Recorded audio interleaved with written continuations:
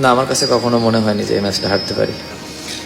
আমার কাছে মনে হয় যে শুধু সুপার এইটে যাওয়ার মতো দল না, আমরা সেমিফাইনাল ফাইনাল খেলার মতো দল, এটা আমি বিলিভ করি। এটা আমার কাছে এই বিশ্বাস আছে। হ্যাঁ, আপনি যেটা কোশ্চেন করেছেন, ব্যাটসম্যানরা রান করছে না, আর প্রত্যেকটা ম্যাচে আপনি যদি সব টিমের খেয়াল করে দেখেন, প্রত্যেকটা ম্যাচে সবাই রান করে না, একজন দুইজন তিনজনই খেলে। টি-20 শর্টার ফরম্যাট খেলা, এখানে 11 জনই খেলে না, 2-3 জন খেলে। তো আমার কাছে যেটা মনে হয় যে 2-3 জন খেলবে যেদিন, সেই দিন যেন তারা খেলাটা একদম শেষ করে, এটা হচ্ছে আমার মানে পার্সোনাল ওপিনিয়ন। তো হ্যাঁ, আমার ব্যাটসম্যানরা রান করছে না, ইনশাল্লাহ সামনের ম্যাচগুলোতে রান করবে এবং আশা করি যে আমরা খুব তাড়াতাড়ি ওভারকাম করবো ইনশাল্লাহ।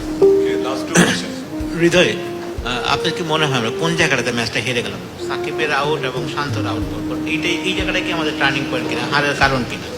ম্যাচ হেরে গিয়েছি আমার আউটে। আমি যদি ওখানে খেলাটা ফিনিশ করতাম তাহলে ম্যাচটা হারতাম না। তারা তো অনেক আগেই আউট হয়ে গেছে, আমি পর্যন্ত ছিলাম ওখানে। তো আমার কাছে যেটা মনে হয়েছে যে যদি আজকের খেলাটা আমি পারতাম জিতাইতে, তো আমি আউট হয়ে গিয়েছি, পারিনি, দ্যাটস ইট।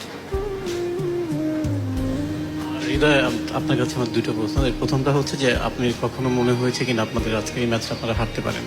পরেরটা পরে করছি, একটু জোরে বলেন। মানে আপনারা আজকের এই ম্যাচটা হারবেন এটা কখনো মনে হয়েছে? না, আমার কাছে কখনো মনে হয়নি যে এই ম্যাচটা হারতে পারি। যেটা বললাম যে আমি যদি খেলাটা ফিনিশ করতাম তাহলে খেলার সিনারিওটা ডিফারেন্ট হতো, কিন্তু ঠিক আছে, এখান থেকে আরো অনেক কিছু শেখার আছে। যে ভুলগুলো ছিল আজকে, এই ভুলগুলো সামনে ম্যাচে যতটুকু পারবো কমানোর চেষ্টা করব এবং ইনশাল্লাহ এখান থেকে ওভারকাম করবো আমরা সবাই।